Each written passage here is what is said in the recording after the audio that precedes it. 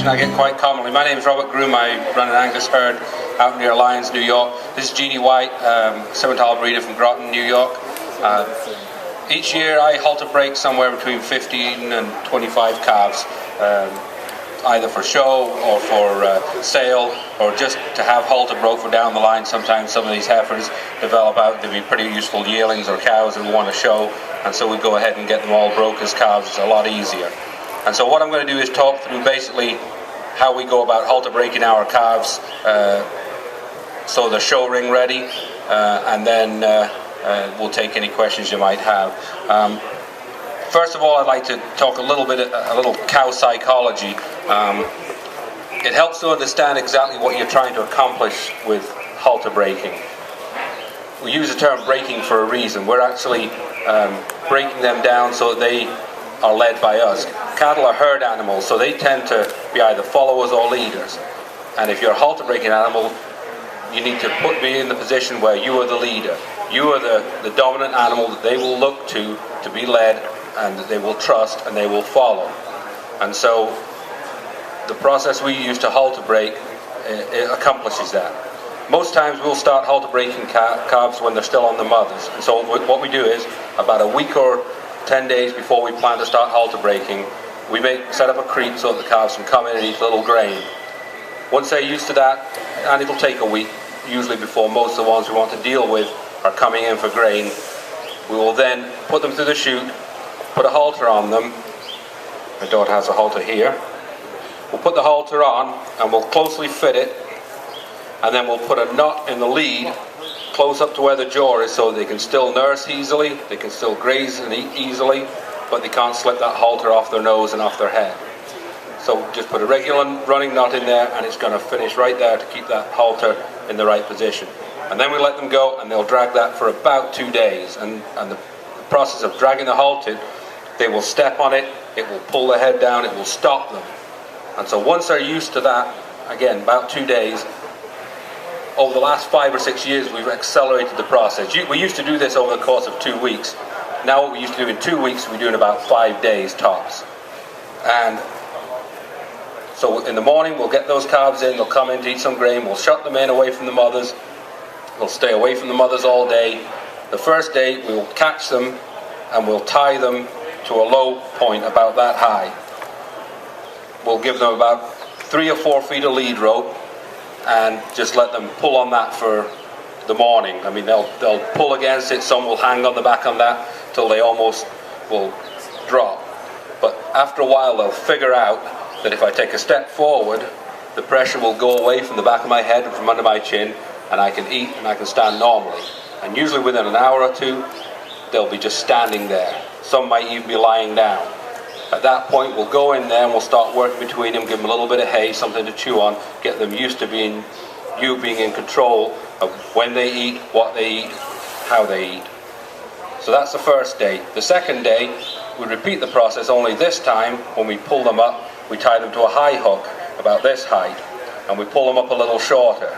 And it'll go through the same process. They will stand there for about 2 hours. Some will really hang on that rope, but for the most part, after a couple of minutes of holding back on that, they'll remember that if I take a step forward, the pressure goes off, and we can just stand there. And so they'll stand there for an hour, 2 hours maybe, the first day, and then we'll go in, tie them down, give them some hay, and the whole process of going around here is to gentle them down, to get them used to your walking in and out of them, putting hay to them, feeding them, and they get used to your presence. Because an animal's governed by instinct, and their instincts in most cases in close confinement is either fight or flight.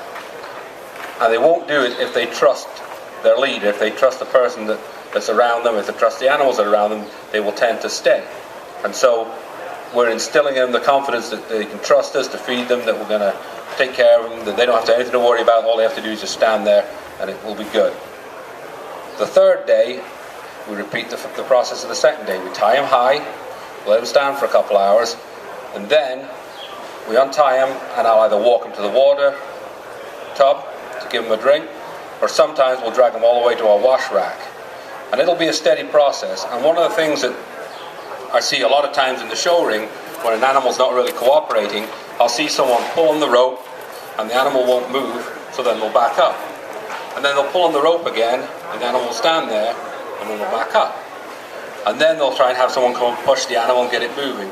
Well, you're sending a mixed message to the animal again. We want to be consistent in our message. And the message that we're trying to achieve on the first 2 or 3 days of tying them up is that when you pull on that chin rope, when you pull on that tight, the animal knows if I take a step forward, the pressure will go off.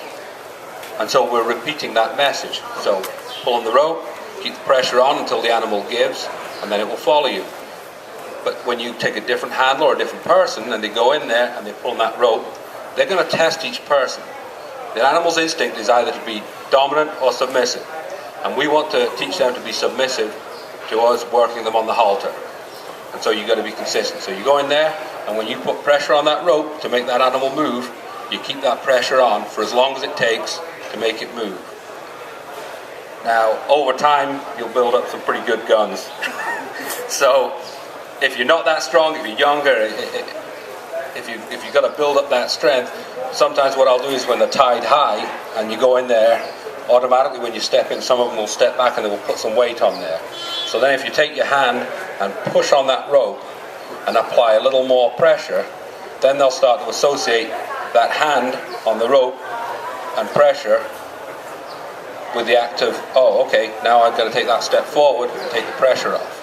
So all the time you're looking to get into their heads as far as I'm the leader, they're the follower. Okay? So that's basically the crash course we give them for about 4 days. And I've found that it works much better it's like teaching a child. If you reinforce the message every day, but you add a little more knowledge, they get better and better and they pick it up fast. Okay, so we've done that. That's during the day. In the evening, we'll turn the calves back out with the mothers. For the first week or so, we'll let them continue to drag that halter. After about a week, you've got them usually gentle enough that you can slip that halter off, and then the next morning when they come in, you'll be able to walk in and catch them up and tie them up and repeat the process. Now, not every animal will be easy, and once in a while you'll come across an animal that just completely goes haywire when you apply pressure to the rope. There's some that I don't know how the connections go up there, but that pressure on the rope just makes them completely hit flight mode.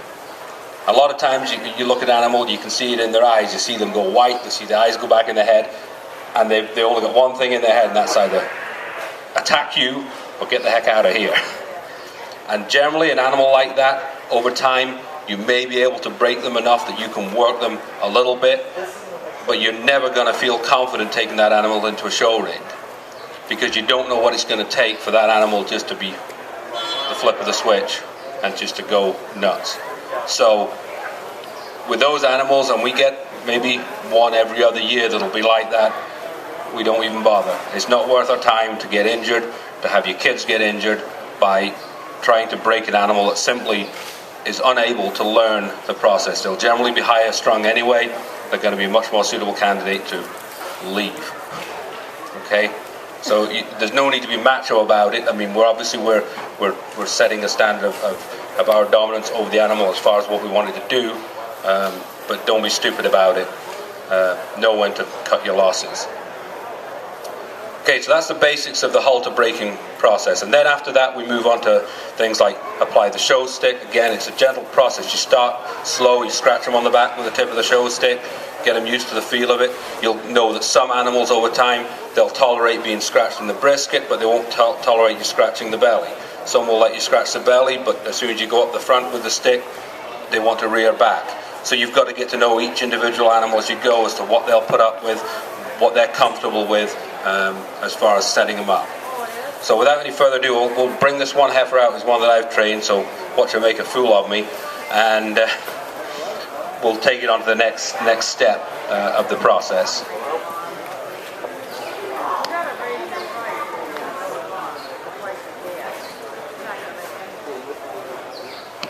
You'll actually notice that this heifer actually has a knot in the halter to stop her slimming, because she's a bit of a Houdini, and so we put a knot in there anyway to stop her from climbing out of the halter overnight.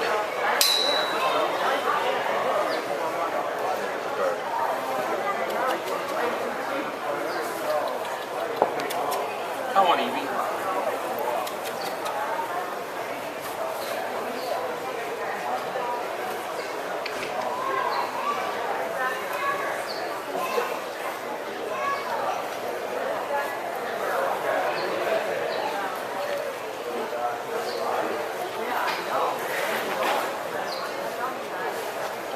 stick right on there. Yeah, I'm going to stay right here. She's going to potty. Okay. Did you want her to get her? Not just yet.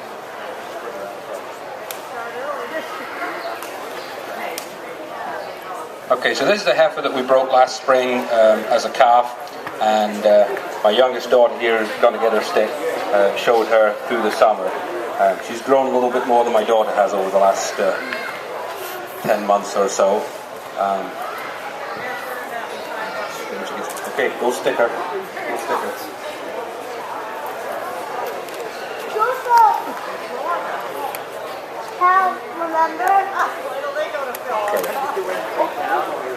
So what we've done is over the course of our halter-breaking process is instill some trust of the animal to the human, and that she's prepared to follow and correct her feet.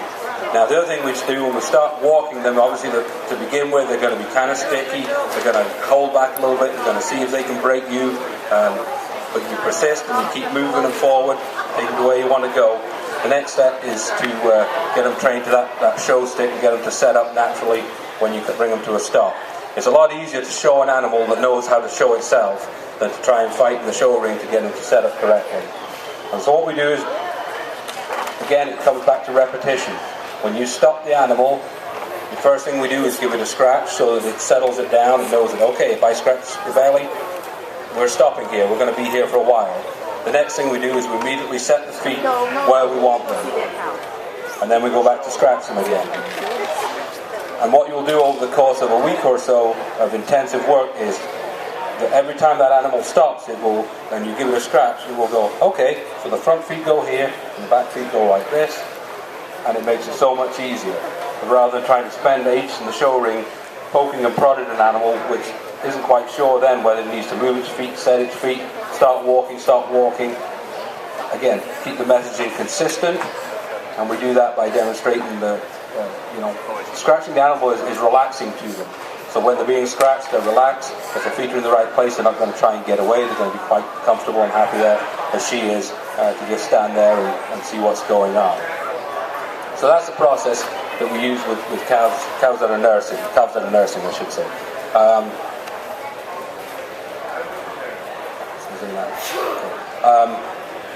We also break a lot of calves right after weaning, but generally we'll let them go through the weaning process first. We'll let them get done with bawling for the mothers, and then once they quit bawling, then we'll hang halters, let them drag.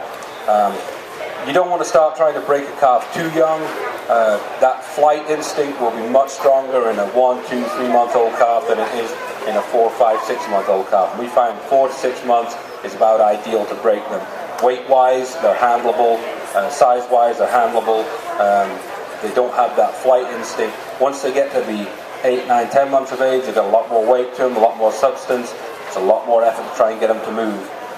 So it's much easier with a younger calf, a smaller calf, but not so small that they're still thinking, I'm going to run back to mama. It's harder to break that instinct. So that's how we do it. Jeannie probably has a couple of things that she does differently, and if you have any questions, we're happy to answer any right now before we move on to the next demo. Just point out that everybody has a different way that works for, like, I can't do your system because I'm not strong enough. Yeah, Jeannie pointed out, if you didn't hear, everyone develops their own system for halter breaking, but the principles remain the same. I mean, the idea is that you will be the leader and they will be the follower.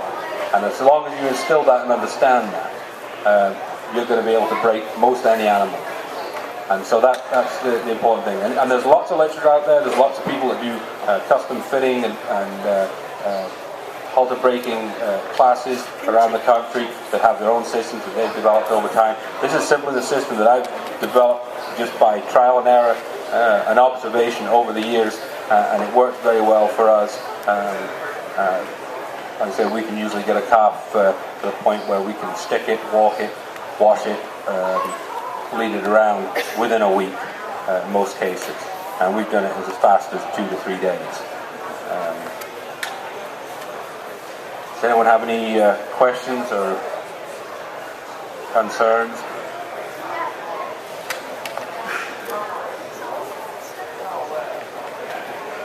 sell them?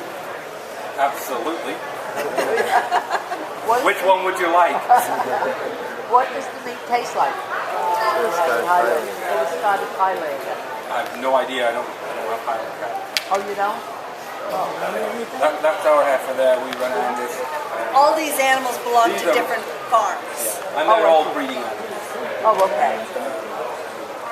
Obviously beef is their purpose, but these will all be bred for these cows. I think the biggest difference would be size. It takes them a lot longer to reach the same size. But beef is beef. It depends on what they eat and what their natural muscling and marbling. It's genetics and feed. Okay. And the horn can be a little crunchy too. How about the teeth? Thank you. They're over there. It can be done. Some of them The are gentleman very over smart. here asked about breaking a mature cow. I have done it on occasion, and I use basically the same system. When I first started, it was very common to put a bar on a tractor loader and hook them up to that and start them walking that way. I never had any success doing that because the animal never associated me with the leading process.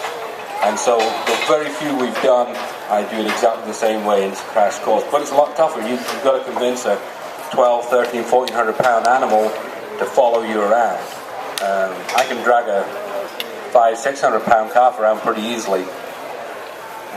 I'm punching above my weight when I get to a mature cow. But the principle's the same. If you can get them to follow,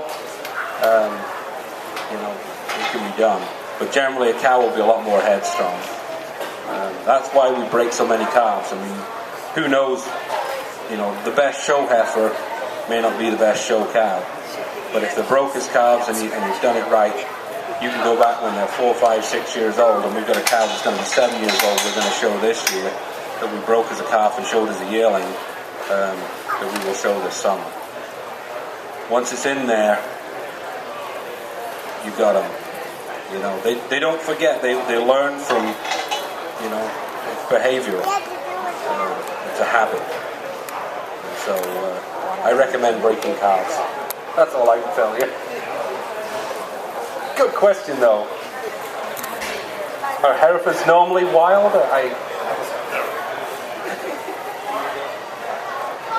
I do have a couple of sheets here of the way I halter-break, which is totally different. But you have to realize I can't force one of them to do anything. I don't care how small they are. And so I do a different process. And so it's just, like I said, it's whatever works for your farm. But the main thing is you're teaching them that you're the boss. That's what works.